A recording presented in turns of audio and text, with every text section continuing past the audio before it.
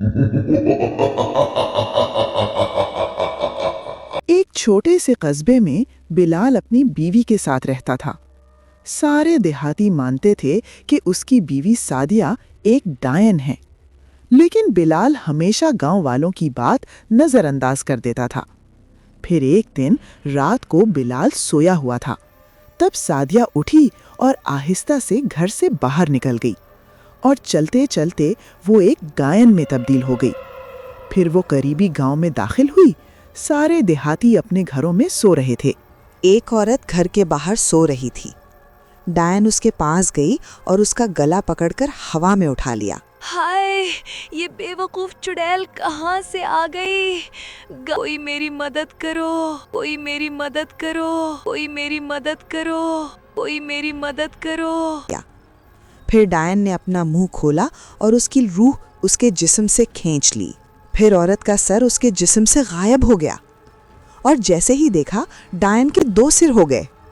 फिर डायन वापस अपने घर को लौटी और फिर वो औरत के भेस में वापस आती है, लेकिन अब उसके 2 सर हैं। सुबह सारे देहाती बेसर लाश देखकर खौफजदा हो गए और उसकी मौत की खबर सारे करीबी कस्बों में फैल गई। फिर बिलाल सादिया को बेसर लाश की खबर देने कमरे में आया। अरे सादिया, तुम्हारे सर को क्या हो गया? ये अचानक इतना बड़ा क्यों हो गया?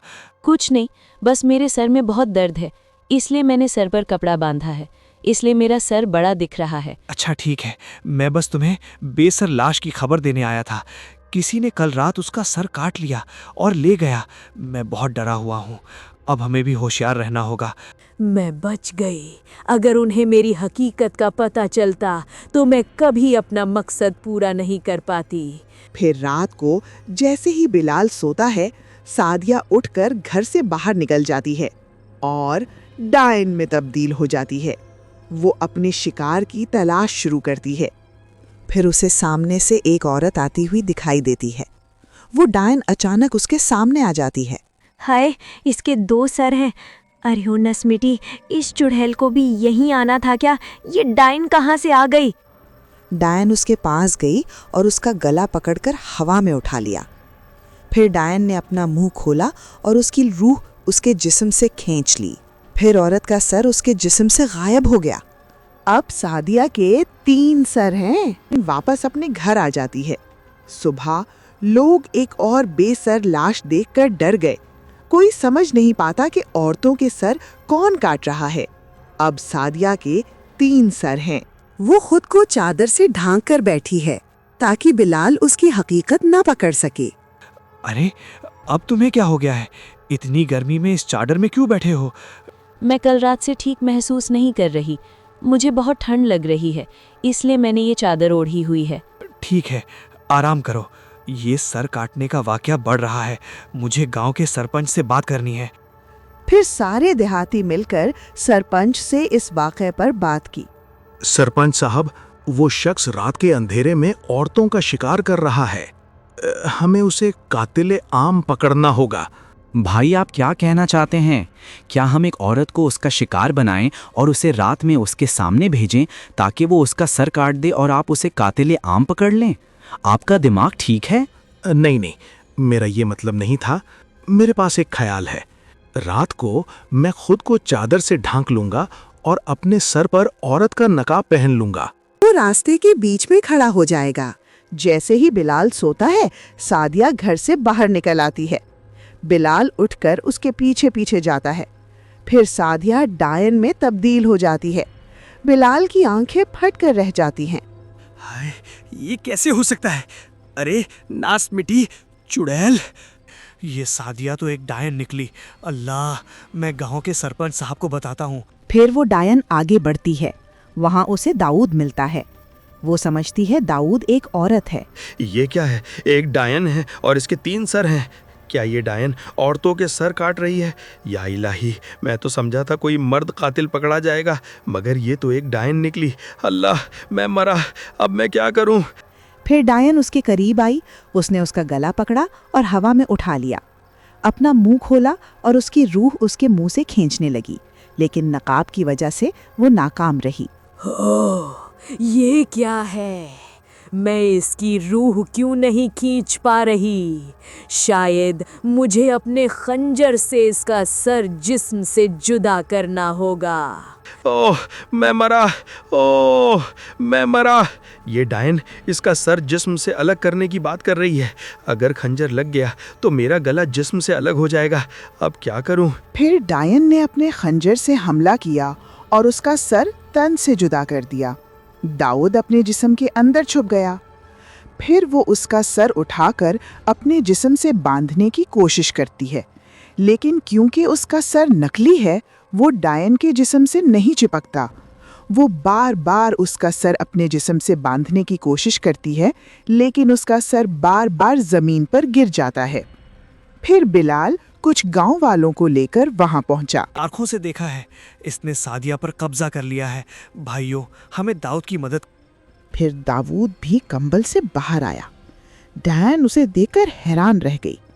ओह, तो तुम औरत का भेस बदल कर आए हो, इसलिए ये सर मेरा जिस्म से नहीं लगा। तुमने मुझे धोखा दिया। अब मौत के लिए तैयार हो जाओ।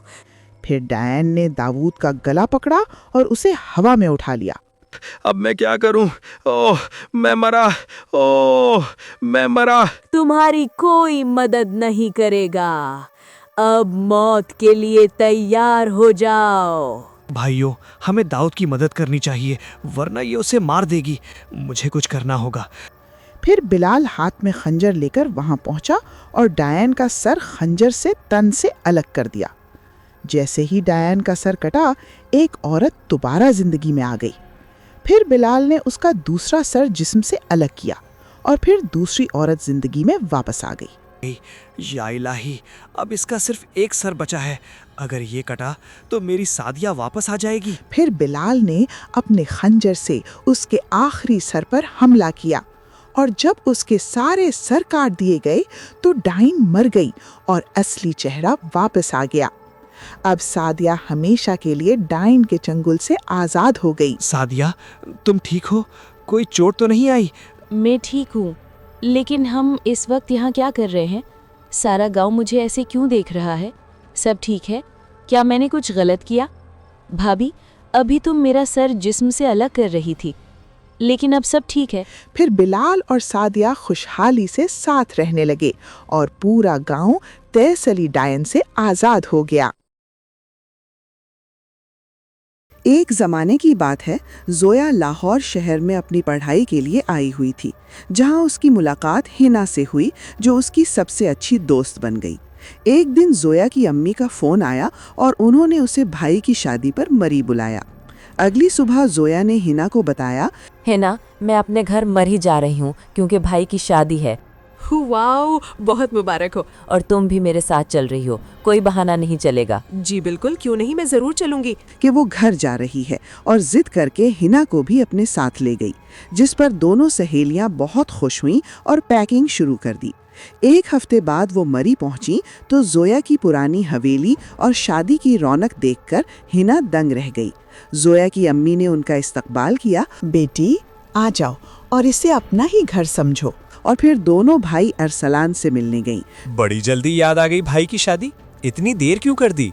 ऐसा लग रहा है जैसे पड़ोसियों की शादी में आई हो। ओ भाई, एग्जाम्स थे ना, लेकिन अब मैं आ गई हूँ। अब देखें कैसे हंगामा होता है। जोया ने हिना का तारुफ करवाया और उसे अपना कमरा दिखाया, जो अरसलान के कमरे के बराबर में था। 2 दिन बाद अरसलान की शादी हो गई और घर में एक निहायत खूबसूरत दुल्हन माया आई, जो लंबा घूंघट निकाले हुए थी। जोया, तुम्हारी भाभी ने इतना लंबा घूंघट क्यों निकाला हुआ है? हिना, ये पुराना रिवाज है, घर के बड़ों के सामने घूंघट रखना पड़ता है। शादी खत्म होने के बाद जब वापस जाने का वक्त आया तो उस रात हिना को बेचैनी हुई और वो बैल्कनी में निकल आई, जहां उसने माया को चुपके से छत पर जाते देखा। हिना ने पीछा किया तो देखा कि छत पर माया ने घूंघट उठाया हुआ था और वो चांद को देखकर सबको खत्म करने की बात कर रही थी। आज की रात बस, और मेरा मकसद पूरा हुआ। आखिर मैं इस घर की बहू बन ही गई। अब एक एक करके सबको खत्म कर दूंगी। उस वक्त हिना ने देखा कि माया का चेहरा एक खौफनाक चुड़ैल जैसा था। हिना डरती हुई जोया के पास गई और उसे सब बताया। जोया उठो, तुम्हारी भाभी कोई इंसान नहीं, वो एक चुड़ैल है। मैंने उसे छत पर देखा, वो सबको मारने की बात कर रही थी। हिना, तुमने कोई बुरा ख्वाब देखा होगा। मैं ख्वाब नहीं देख रही, सच कह रही हूँ। चलो मेरे साथ, मैं तुम्हारा शक दूर करती हूँ। नहीं, मैं कहीं नहीं जाऊंगी। मगर जोया ने यकीन नहीं किया और उल्टा हिना को भाई के कमरे में ले गईं। भाभी जरा घूंघट उठाएं, मेरी दोस्त डर गई है। जहां माया ने घूंघट उठाया तो उसका चेहरा बिल्कुल मासूम और प्यारा था। हिना समझ गई कि ये चुड़ैल बहुत चालाक है, इसलिए उसने अगले दिन गिरने का नाटक किया ताकि वो वहां रुककर सच्चाई सामने ला सके। मैं मर गई, अरे कोई तो बचाओ रे, मर गई। सब घर वाले जमा हो जाते हैं और अरसलान उसे उठाकर कमरे में ले जाता है। माया ये देखकर गुस्से से लाल हो जाती है कि ये लड़की अभी तक यहाँ क्यों है। दादी माया को कहती हैं, बहू खड़ी क्या देख रही हो, मेरे साथ किचन में चलो और जल्दी से हिना के लिए हल्दी वाला दूध और मरहम तैयार करो। माया ने गुस्से में आकर हिना के दूध में जादू किया, लेकिन हिना होशियार होती है, वो जानबूझकर ग्लास गिरा देती है। माया का वार खाली जाता है और वो रात का इंतजार करने लगती है। रात को माया फिर छत पर जाती है ताकि अपनी शक्तियां बढ़ा सके, लेकिन इस बार हिना ने जोया को भी मना लिया था कि वो चुप कर देखे। माया छत पर बैठकर जादू कर रही होती है और कहती है, मुझे और ताकत चाहिए ताकि मैं सबको तबाह कर सकूं, मगर सबसे पहले उस लड़की को खत्म करना होगा। माया एक गुड़िया निकालती है और उसमें सुई चुभो देती है। जैसे ही वो सुई चुभोती है, हिना के हाथ से असली खून निकलने लगता है। जोया ये देखकर डर जाती है। हाय अल्लाह, हिना ये तो वाकई चुड़ैल है, अब हम क्या करेंगे? कौन सी बला हम घर ले आए हैं? सबको लगता है कि ये बहुत पढ़ी लिखी और सलीकामंद है, मगर किसी को नहीं पता कि इस घूंघट के पीछे एक चुड़ैल है। भाई को तो खबर भी नहीं कि उनकी बीवी क्या है। कुछ करो हिना। हिना बताती है कि उसने पहले ही एक पुराने बाबा से राब्ता कर लिया है और उन्होंने एक तरकीब बताई है। अगली रात हिना और जोया छत पर उस जगह खीर रख देती हैं जहां चुड़ैल जादू करती थी। माया वहां आती है और खीर देखकर लालची हो जाती है। जैसे ही वो पहला चम्मच खाती है, उसमें मिलाई हुई मुकद्दस चीजों की वजह से वो तड़पने लगती है। ये क्या है? ये क्या हो रहा है मुझे? ये सब तुम्हारी हरकत है। तुम्हें मुझे उस दिन ही मार देना चाहिए था। सारी फैमिली वहां पहुंच जाती है। चांद की रोशनी जब माया पर पड़ती है तो वो बजाय ताकत मिलने के जलने लगती है। देखते ही देखते वो राख बन जाती है। सबकी जान में जान आती है, मगर अरसलान उदास हो जाता है। अगले दिन जब जोया और हिना वापस लाहौर जाने लगती हैं तो जोया की अम्मी और दादी हिना का हाथ पकड़ लेती हैं। बेटा हिना, तुमने हमारी जान बचाई है, क्या तुम हमारे अरसलान से शादी करोगी? हिना शर्माकर मुस्कुरा देती है। कुछ साल बाद पढ़ाई पूरी करने के बाद हिना और अरसलान की शादी हो जाती है और इस बार घर में कोई चुड़ैल नहीं बल्कि एक सच्ची दोस्त दुल्हन बनकर आती है।